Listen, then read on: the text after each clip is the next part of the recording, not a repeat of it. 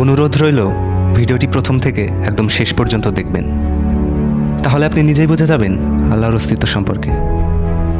তো চলুন ভিডিও শুরু করা যাক আমাদের চাঁদ থেকে। আমার বলাটা জরুরি না, তবুও বলছি, এখন আপনি যে ছবিটিকে স্ক্রিনে দেখতে পাচ্ছেন সেটি হচ্ছে আমাদের চাঁদ, যা কিনা আমাদের পৃথিবীর থেকে 4 গুণ ছোট। শুধু এটুকুই না, এটা সিরিস এবং প্লুটো নামের গ্রহ থেকে বড়। এরপর মার্কিউরি, যা আমাদের চাঁদের থেকে অনেক বড়। এরপর গ্যানিমেড, যা মার্কিউরি থেকে আরও একটি বড় গ্রহ। এরপর মার্স অর্থাৎ মঙ্গল, যা কিনা গ্যানিমেডের থেকেও বড়। তারপর হচ্ছে ভেনাস, যা মঙ্গল থেকে বড়। তারপর হচ্ছে আমাদের পৃথিবী, যা কিনা ভেনাস থেকে বড়। এরপর কেপলার, যা আমাদের পৃথিবী থেকে কয়েক গুণ বড়। এরপর হচ্ছে নেপচুন, যা কেপলার থেকে বড়। এরপর ইউরেনাস, যা কিনা নেপচুন থেকে বড়। এরপর স্যাটার্ন, যা ইউরেনাস থেকে কয়েক গুণ বড়। এরপর টুম্যাস, যা স্যাটার্ন থেকে বড়। এরপর জুপিটার অর্থাৎ বৃহস্পতি, যা টুম্যাসের থেকেও বড়। এরপর এই গ্রহটি, যার নাম হচ্ছে HD 100546, যা কিনা পেছনের সব গ্রহ থেকে বড়। এরপর আমাদের সূর্য, যা এই গ্রহ থেকে বড়। সূর্য থেকে বড় হচ্ছে সিরিয়াস, যেটি কিনা আকাশের সবচেয়ে উজ্জ্বলতম তারা। এরপর পোল্যাক্স, যা সিরিয়াস থেকে বড়। পোল্যাক্সের পর আর্কটেরাস, যা পোল্যাক্সের থেকেও বড়। এর থেকে বড় অ্যালডিব্র্যান, যা কিনা একটি তারা। এর থেকেও বড় হচ্ছে রাইজেল, যাকে ব্লু সুপার জায়ান্ট বলা হয়ে থাকে। এর থেকেও বড় হচ্ছে পিস্টল স্টার। এর চেয়েও বড় হচ্ছে অ্যান্টারিস, যাকে রেড সুপার জায়ান্টও বলা হয়। আর এর চেয়েও বড় বিটেলজুস। এরপর ক্যানিস মেজরিস, যা এই সকল তারা হতে অনেক বড়। আর এর চেয়েও বড় EY স্কুটি। এ সকল তারা আমাদের গ্রহ থেকে অনেক অনেক অনেক বড়। এবার এই ভিডিওটিকে জুম আউট করতে করতে আমরা পুরো মহাবিশ্বের আকার পর্যন্ত যাচ্ছি। কি এই মহাবিশ্ব? কত বড় এই মহাবিশ্ব? শুধু দেখুন ভিডিওটি। এরপর হয়তো আপনার নিজের ভেতর থেকেই উত্তর চলে আসবে, এই মহাবিশ্বের তুলনায় আমরা কত নগণ্য। এখন যে দৃশ্যটি আপনি দেখছেন, সেখানে লাখো কোটি তারা রয়েছে। এটি হচ্ছে আমাদের গ্যালাক্সি, যেখানে লাখো কোটি গ্রহ তারা যে যার অবস্থানে বিদ্যমান। আর এই কোটি কোটি তারা আর গ্রহ মিলেই তৈরি আমাদের মিল্কি ওয়ে গ্যালাক্সি।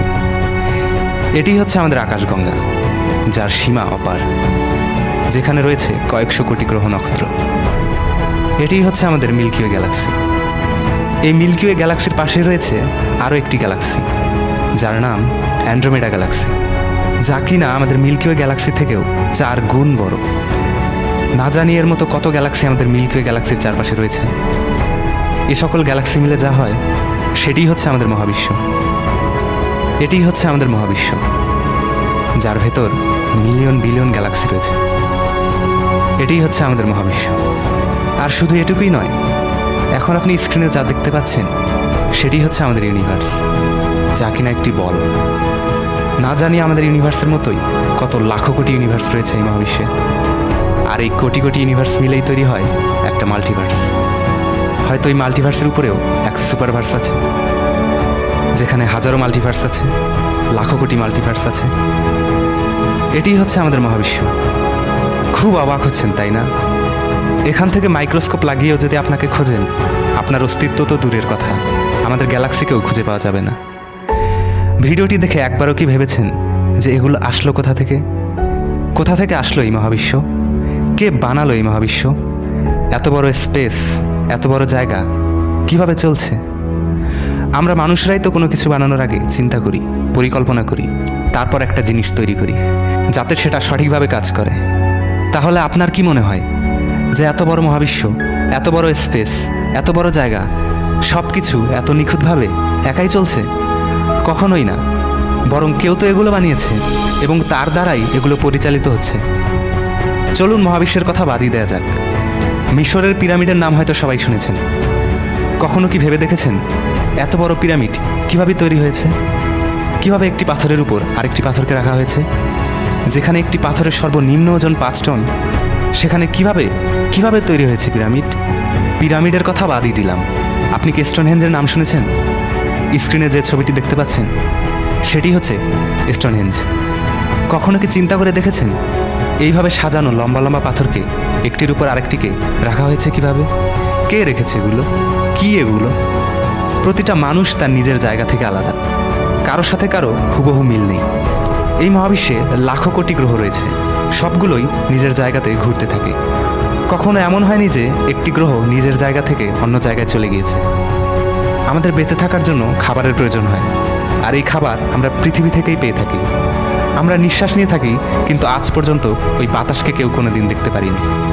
এই পৃথিবীতে বেঁচে থাকার জন্য যে জিনিসের যতটুকু প্রয়োজন ততটুকুই রাখা হয়েছে।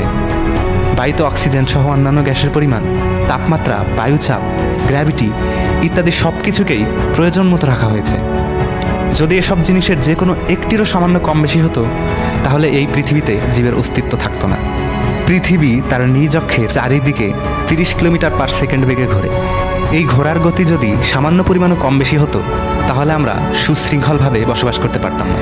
সূর্যের ক্ষতিকর রশ্মি থেকে বাঁচার জন্য পৃথিবীতে ওজোন স্তর রয়েছে। এটা না থাকলে পৃথিবীতে কোনো জীব বাস করতে পারত না। বসবাসের জন্য যেসব জিনিসের প্রয়োজন সব কিছুই দেওয়া হয়েছে। এর পরেও কি আপনার মনে হচ্ছে যে সব কিছু এত নিখুঁতভাবে একাই চলছে? কখনোই না। বরং এমন একজন আছেন যিনি এই সব কিছুকে বানিয়েছেন, সব কিছুকে চালাচ্ছেন। তিনি আর কেউ নন, তিনি হচ্ছেন সব কিছুর মালিক, আমাদের সৃষ্টিকর্তা মহান আল্লাহ। তার পরিচয় সম্পর্কে আসলে আমাদের কোনো ধারণাই নেই। সকল প্রশ্নের উত্তর আপনি 1400 বছর আগে কুরআনে পেয়ে যাবেন। মন দিয়ে কুরআন পড়ুন, আল্লাহকে জেনে যাবেন।